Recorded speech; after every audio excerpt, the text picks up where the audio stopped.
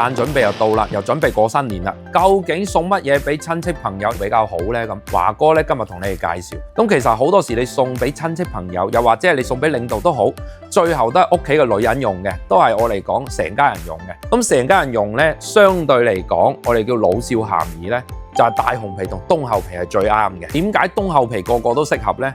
係因為咧冬厚皮咧佢係冬字後嘅。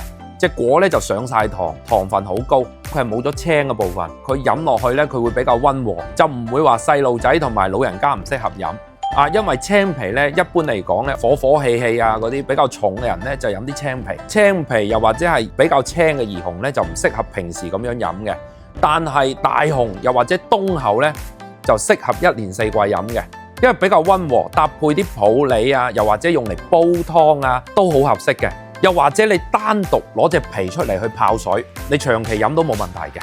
而且咧，因為佢含糖比較高，所以咧佢個陳化轉化嘅速度會比較快。同樣嘅年份嚟講咧，佢會黑啲，個內囊咧佢會睇起嚟咧會黃啲，陳化出嚟個外觀會好睇好多嘅。俾人哋飲落去咧，佢會甜糯甜糯，口感適配性會更加高，會適合大部分人嘅口感。